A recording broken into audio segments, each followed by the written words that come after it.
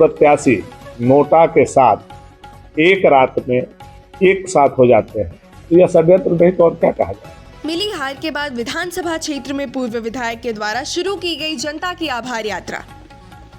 गढ़वा जिले के भवनाथपुर विधानसभा क्षेत्र से भाजपा प्रत्याशी भानु प्रताप शाही को मिली हार के बाद उन्होंने क्षेत्र में जनता की आभार यात्रा शुरू की है, जिसमें वे अपने विधानसभा क्षेत्र के सभी प्रखंडों में जाकर जनता का आभार जता रहे हैं, वहीं हार की समीक्षा भी कर रहे हैं। इस दौरान विधानसभा चुनाव हारने के बाद भवनाथपुर विधानसभा क्षेत्र से भाजपा के पूर्व विधायक भानु प्रताप शाही का दर्द छलक गया, जिसके बाद उन्होंने अपनी जमकर भड़ास निकाली। उन्होंने कहा कि चुनाव के दौरान एक दिन भी पलामू सांसद बीडी मेरे क्षेत्र में मदद करने नहीं आए, जबकि मैंने उनसे बात भी की थी और उन्होंने 3 दिन क्षेत्र में घूमने का वादा भी किया था। कहा कि मुझे नहीं मालूम कि आखिर वे क्यों नहीं आए। वहीं उन्होंने अपने खिलाफ बड़ी साजिश का भी आरोप लगाया है। उन्होंने कहा कि सारी ताकतों, जिसमें प्रशासन भी शामिल है, सबने मिलकर मुझे हराया है। मैं हारा जरूर हूं, लेकिन हौसला वही है। वहीं उन्होंने चुनाव आयोग पर भी ठीक से काम नहीं करने का आरोप लगाया है। कहा कि चुनाव के एक दिन पहले मैया सामान का किस्त मिलने पर मेरी आपत्ति है, क्योंकि ये घूस के समान हो गया। उन्होंने जीते हुए विधायक को बधाई देते हुए कहा कि जो बात आपने बोलकर जीता है, अब उसे पूरा करने का समय आ गया है। आप पावर प्लांट लगवाइए, पलायन रोकिए, बाहर गए लोगों को बुलाकर काम दीजिए। हम आपको 6 महीने का समय देते हैं, नहीं तो उसके बाद हमारा आंदोलन शुरू होगा। आप खुद सुनिए भाजपा के पूर्व विधायक भानु प्रताप शाही ने क्या कहा। देखिए, मैं जहाँ तक समझता हूँ कि यहाँ की जनता ने बहुत अधिक मुझे प्यार, स्नेह, आशीर्वाद और वोट दिया है। 1,25,000 वोट कोई मामूली वोट नहीं। कई लोग या वोट पाने में कई जन्म लगा देते हैं, फिर भी इतना वोट किसी एक विधायक को नहीं प्राप्त।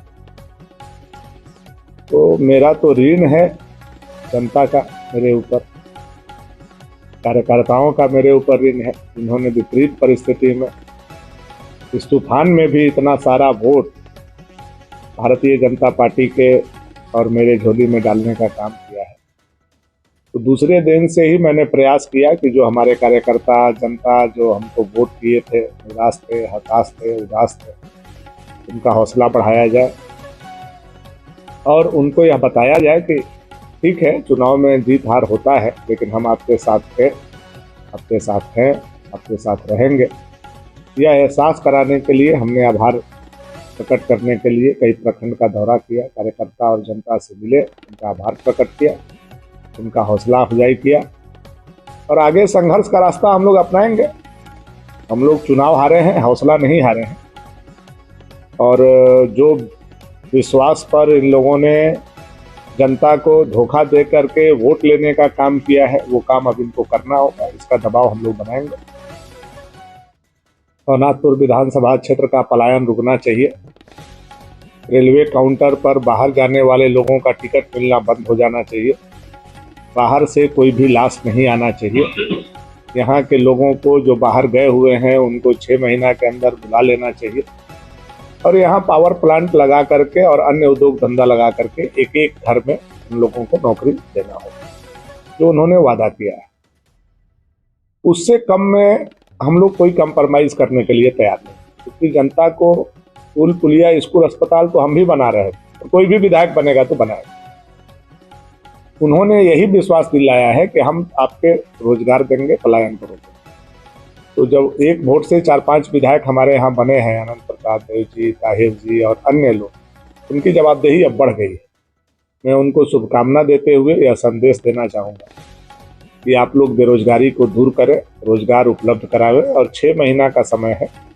6 महीना में जितने बाहर गए हुए हैं कमाने हमारे क्षेत्र से लाखों लोग, उनको आपको वापस बुलाएं। देखिए, जब तक साजिश नहीं होती है तो इतना बड़ा वोट ला करके कोई भी व्यक्ति नहीं हारता। साजिश तो हुई है, अब पार्टी इसका अध्ययन करेगा और पार्टी के अध्ययन करने के बाद जो लोग इसमें जिम्मेवार होंगे उन पर पार्टी अपना विधि सम्मत कार्रवाई करेगा। सांसद आपके इलाके के हैं, बहुत भारी मौका जीता है इस इलाके में, तो जवाब नजर नहीं है। सांसद जी पता नहीं कहाँ थे, उनका तबीयत खराब था या क्या मामला था, सांसद जी बताएंगे इस चीज को। लेकिन चुनाव घोषणा होने के बाद से एक दिन भी वो क्षेत्र में कहीं आए नहीं, ये बात सही है। आपने उनको खोजा नहीं, थोड़ा सा भी नहीं। नहीं, मैंने कई बार उनसे आग्रह भी किया, मैंने व्यक्तिगत उनसे टेलीफोन भी किया, मैंने उनको कहा भी कि आप आइए, आपकी ज़रूरत है। उन्होंने ये वादा भी किया था कि हम छठ के बाद 3 दिन के लिए आएंगे, लेकिन वो अंत तक नहीं आए। ये भी शायद हो सकता है, शादी हुआ नहीं। नहीं, अब मैं ये बात नहीं बोल सकता हूँ, ये सांसद जी ही बता सकते हैं कि वो हमारे क्षेत्र में क्यों नहीं। क्योंकि जाति आधार पर जब वोट हुआ तो दूसरी जाति के लोग का वोट नहीं किए लगता है। वोट तो जाति देख करके हम लोग नहीं गिन सकते हैं कि किस जाति ने दिया, किस जाति ने हमको नहीं दिया, लेकिन सांसद जी ने बोला था आने के लिए, वो नहीं आए हैं। तो क्या मजबूरी उनकी रही, क्या दबाव उनके ऊपर रहा, ये तो वही बता सकते हैं। इस तरह का चुनाव आयोग का बार रोल रहा, थोड़ा आपत्ति हम लोगों को इस विषय पर है कि मैया समान योजना का पैसा